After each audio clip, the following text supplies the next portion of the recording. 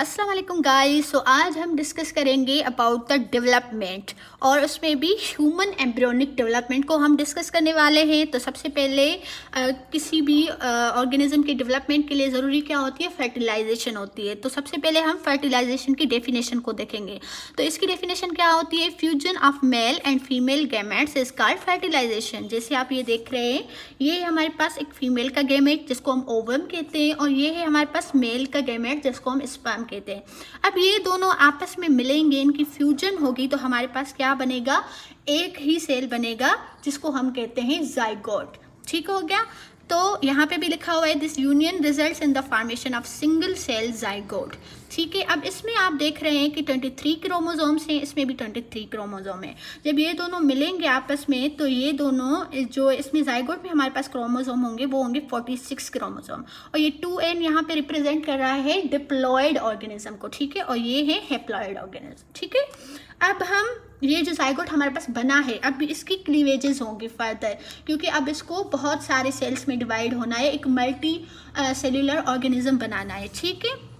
अब क्लीवेज में क्या होगा हमारे पास कि ये जो जाइगोट है हमारे पास एक सेल था, अब इसकी वर्टिकल क्लीवेज होगी फर्स्ट क्लीवेज, जिसमें ये एक सेल कन्वर्ट हो जाएगा 2 सेल्स में। ठीक हो गया। ये है हमारे पास 2 सेल स्टेज। ठीक हो गया। उसके बाद ये इसकी हॉरिजॉन्टल क्लीवेज होगी और ये 2 सेल फिर 4 में कन्वर्ट हो जाएंगे, फिर ये जो है 8 में कन्वर्ट हो जाएंगे। अब इनकी जो है ना वो फिर इरेगुलर जो है वो क्लीवेजेस होंगी और आखिर में ये 60 सेल्स में कन्वर्ट हो जाएगा, जिस स्टेज को हम मोरूला भी कहते हैं। ठीक है। अब हम मोरूला को डिस्कस करते हैं कि मोरूला क्या होता है बेसिकली। तो मोरूला हमारे पास morula refers to a solid mass of a blastomeres. अब ये जो सेल्स थे ना, ये जो क्लीवेज के थ्रू बन रहे थे सेल्स, इनको हम ब्लास्टोमेर्स भी कहते हैं। ठीक है। तो बहुत सारी जाइगोट की हमारे पास क्लीवेजेस होंगी और जिसके नतीजे में हमारे पास 60 सेल स्टेज बनेगी जिसको हम मोरूला कहते हैं। ठीक है। ये कुछ नहीं होता, बस एक सॉलिड मास होता है ब्लास्टोमेर्स का या सेल्स का। ठीक हो गया। अब हम मोरूला के बाद स्टेज आती है ब्लास्टुला की। ब्लास्टुला को डिस्कस करते हैं। ब्लास्टुला कैसे बनेगा? जैसे हमारे पास मोरूला बना था ना क्लीवेजेस की वजह से, डिवीजन्स की वजह से, ऐसे ही हमारे पास जाइगोट की फर्दर डिवीजन्स होगी, फर्दर सेल्स ग्रो करेंगे और जो है हमारे पास फिर उसमें जो सेल मास था, जैसे 60 सेल मास था, उसमें फिर हमारे पास कैविटी बन जाएगी, होलो कैविटी, जिसको हम ब्लास्टोसिस्ट कहेंगे। अब ये ब्लास्टुला जो है वो इवेंचुअली जाके हमारे पास यूट्राइन वाल्स में इम्प्लांट होगा और इस पूरे प्रोसेस को, जनरेशन ऑफ ब्लास्टोसिस्ट को हम कहेंगे ब्लास्टुलेशन। अब ये सेल जो है, ये आप देखें ब्लास्टुला ये यहाँ पे है।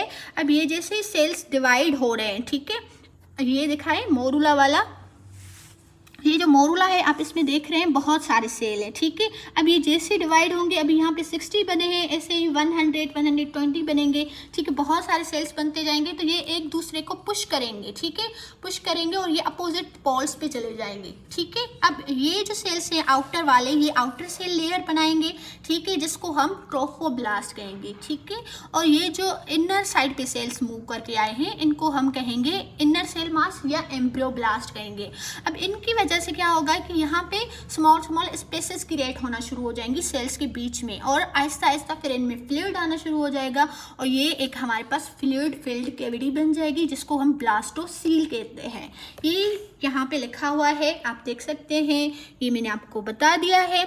अब ये जो ब्लास्टोसिस्ट है इसको फर्दर न्यूट्रिशन चाहिए, क्योंकि अब इसमें सेल्स जो हैं वो बहुत ज़्यादा हो चुके हैं। अब इसको न्यूट्रिशन चाहिए, तो अपनी न्यूट्रिशन हासिल करने के लिए ये जाके यूट्राइन वाल में इम्प्लांट हो जाएगा। उसके लिए क्या करेगा, ये इसमें प्रोजेक्शन लाइक जो है वो प्रोसेस बन जाएंगे और इसी प्रोसेस की वजह से ये अटैच हो जाएगा हमारे पास यूट्राइन वाल में। अब यहाँ पे हम पूरा सिस्टम देख लेते हैं। यहाँ पे जो ओव्यूलेशन से लेके आपको पूरा दिखाया जा रहा है कि कैसे जाके ये फिर इम्प्लांट होगा यूट्राइन वाल में।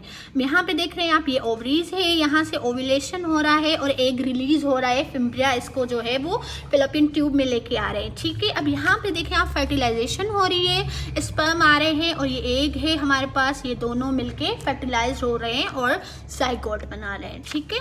अब इसमें देखिए, अब इसके भी जो है वो क्रोमोसोम आ गए और स्पर्म के भी क्रोमोसोम आ गए, ये मिलके 2n बन गया और एक जाइगोट बन गया। ठीक है। फिर इसकी क्लीवेज हुई सेकंड डे पे, फिर थर्ड डे पे ये जो 4 सेल स्टेज में कन्वर्ट हुआ, फिर 4th और 5th डे पे जो है वो ये हमारे पास 8 सेल स्टेज में कन्वर्ट हो गया, और ऐसे ही ये 5 डे पे जो है वो हमारे पास ब्लास्टोसील बन गई, ब्लास्टोसिस्ट बन गई। ये अर्ली ब्लास्टोसिस्ट है हमारे पास। फिर डे 6 और 7 पे ये लेट ब्लास्टोसिस्ट बनी, इसमें कैविटी बन गई, सेल फर्दर मूव कर गए अपार्ट, ठीक है। उसके बाद जो है वो डे 8 और 9 पे ये फाइनली जाके इम्प्लांट हो गया हमारे पास यूट्राइन वाल में, ठीक है। अब ये याद रखिएगा कि ये एंड्रोमेट्रियम में इम्प्लांट होता है और ये अपनी न्यूट्रिशन यहीं से हासिल करेगा, अब अपनी मदर के जो है वो उसे आर्टरी से और क्या कहते हैं इसको, हाँ, आर्टरीज वगैरह से ये अपनी न्यूट्रिशन हासिल करेगा। और अब यहाँ पे एक और बात थी कि ये जो आउटर सेल लेयर है ट्रोफोब्लास्ट, ये हमारे पास फ्यूचर प्लासेंटा बनाएंगे, ठीक है। और ये जो इनर सेल मास लेयर बनी है या मास बना है सेल्स का एक, ये हमारे पास एम्ब्रियो बनाएगा, यानी कि एम्ब्रियो के जो टिश्यू हैं, जो ऑर्गन्स हैं, वो इन सेल से बनेंगे। ये वाले जो सेल है ना, ये सिर्फ हमारे पास प्लेसेंटा बनाएंगे, जो भी एम्ब्रियो की न्यूट्रिशन के लिए बहुत इंपॉर्टेंट होता है। तो ये था आज का हमारा लेक्चर। अगली चीज़ें जो हैं वो हम अपने अगले लेक्चर में डिस्कस करेंगे। अल्लाह हाफिज़।